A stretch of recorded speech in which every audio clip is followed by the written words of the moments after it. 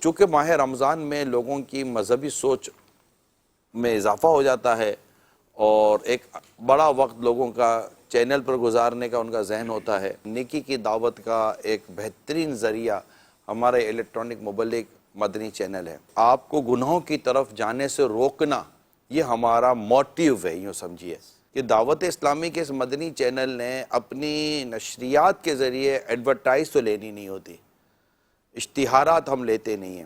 پھر میڈیا کی تباہی اور میڈیا کی وجہ سے جو اخلاقی خرابیاں معاشرے میں ہو رہی ہیں، ان اخلاقی خرابیوں کو جو سمجھتے ہیں وہ ڈیفینیٹلی چاہتے ہوں گے کہ مدنی چینل جتنا گرو کرے گا، مدنی چینل جتنا ترقی کرے گا، مدنی چینل جتنا آگے جائے گا، مدنی چینل جتنا دیکھا جائے گا، اسی قدر بد اخلاقی کم ہوگی، برائی کم ہوگی اور معاشرے کے اندر ایک اچھا ماحول کریٹ ہوگا۔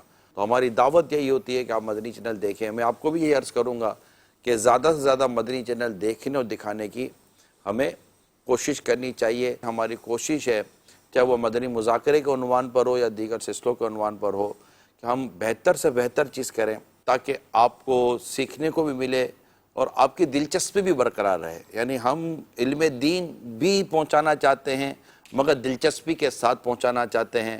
ہمیں اس بات کا کچھ نہ کچھ ادراک ہے کہ دائیں بائیں کس طرح کا معاملہ ہوتا ہوگا، لیکن سیدھی سی بات یہ ہے کہ پارک میں اور مسجد میں فرق ہوتا ہے۔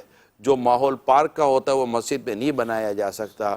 جن کو مسجد سے الفت ہے وہ مسجد میں آئیں گے ہی آئیں گے۔